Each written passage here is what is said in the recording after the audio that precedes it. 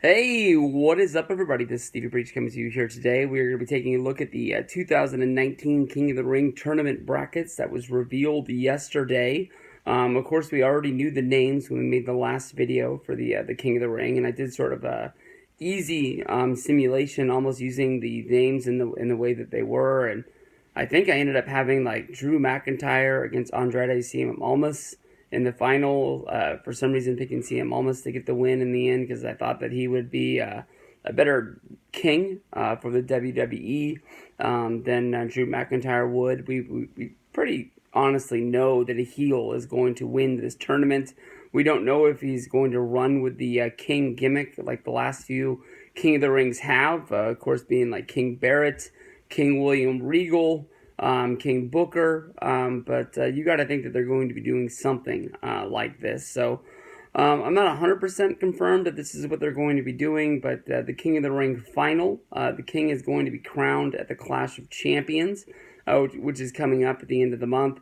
So I'm guessing that they're going to be doing a number of these matches on Raw as well on SmackDown. I know that it's hard to even keep track of who is on Raw and who is on SmackDown, but I would guess that at least the first round is going to be held on Raw on Monday. The first round of the SmackDown matches will be held on SmackDown, and they'll go like that, building up hype until Clash of the Champions, where we crown our new king of the WWE. In the first round, there's a few really good matchups. There's only a few matchups that are just sort of just like there's even a couple matches that you know are going to be good, but it's pretty easy to pick who the winner is going to be based on where these guys are on the card. We'll start out on the left-hand side with the Monday Night Raw brand. We have Cesaro going up against Samoa Joe. This is a really good mid-card action match. These guys should be fighting over a United States Championship or an Intercontinental title or something like that. It's easy when you close your eyes and you think how long Cesaro's really been in WWE since being brought up from NXT after his time in Ring of Honor. You would think that this guy would have already been a World Heavyweight Champion by now, but he's sort of like stuck in that mid-card slot where I guess he's just sort of waiting for somebody to die to move up. Samoa Joe looked like he was going to be a main eventer when he came up from NXT around WrestleMania 32, I believe, and has never really got there, although he did fight against Brock at Great Balls of Fire. He's been in some main event matches, so I'm not sure. But in that one, we'll take Samoa Joe to get the win in the first round. From there, we go to Ricochet against Drew McIntyre. Ricochet, in my mind, honestly, was somebody that I thought really could be King of the Ring. Drew McIntyre is somebody I could see walking around with the crown on his head. I mean, Ricochet already has the name King Ricochet on Twitter, so I mean that could be easily something to build off of. But we'll take Ricochet to beat Drew McIntyre in the first round. That's sort of an upset, I think you can say. From there, we go to Cedric Alexander going up against Sami Zayn.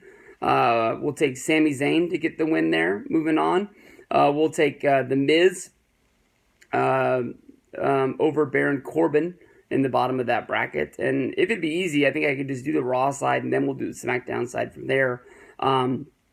Just so I don't lose my train of thought about who I picked. We'll pick, oh man, that's a little, you sort of got to think about what you're doing because you know they're going to sort of keep the heel versus babyface gimmick going alive. If I'm going to pick a babyface here, I have to pick heel here. So we'll take Sami Zayn to beat The Miz. We'll also take Ricochet to beat Samoa Joe. Moving on to the final, we'll take Ricochet over Sami Zayn to move on to the final. Going over to the SmackDown side, we'll have Kevin Owens against Elias. We'll take Kevin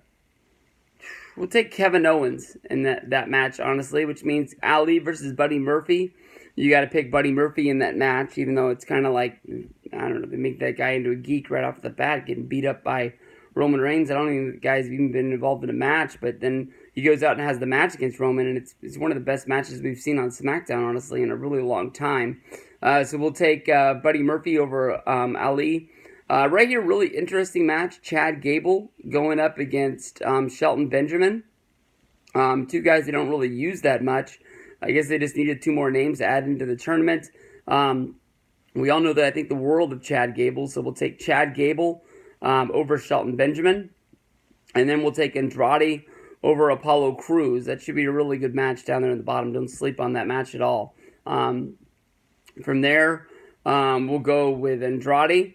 He's going to beat Chad Gable, which means that we would have to take Kevin Owens over Buddy Murphy. And then in the final, I think we'd have to take Andrade over Kevin Owens, making the finals be Andrade versus Ricochet, and we'll take Andrade Cien Almas to get the win to become the new King of the Ring for WWE in the year 2019. I think that could be a really good tournament. There's a few matches on Raw that look like they're going to be really good. There's a few matches on SmackDown that they're going to look really good.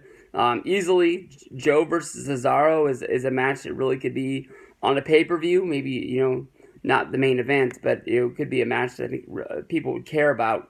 And Kevin Owens versus Elias is a match really not to sleep on as well. So we'll see where we go with there. Of course, just like I said, I picked Andrade Cien Almas to be the king. So what do you guys think? Peace out, everybody.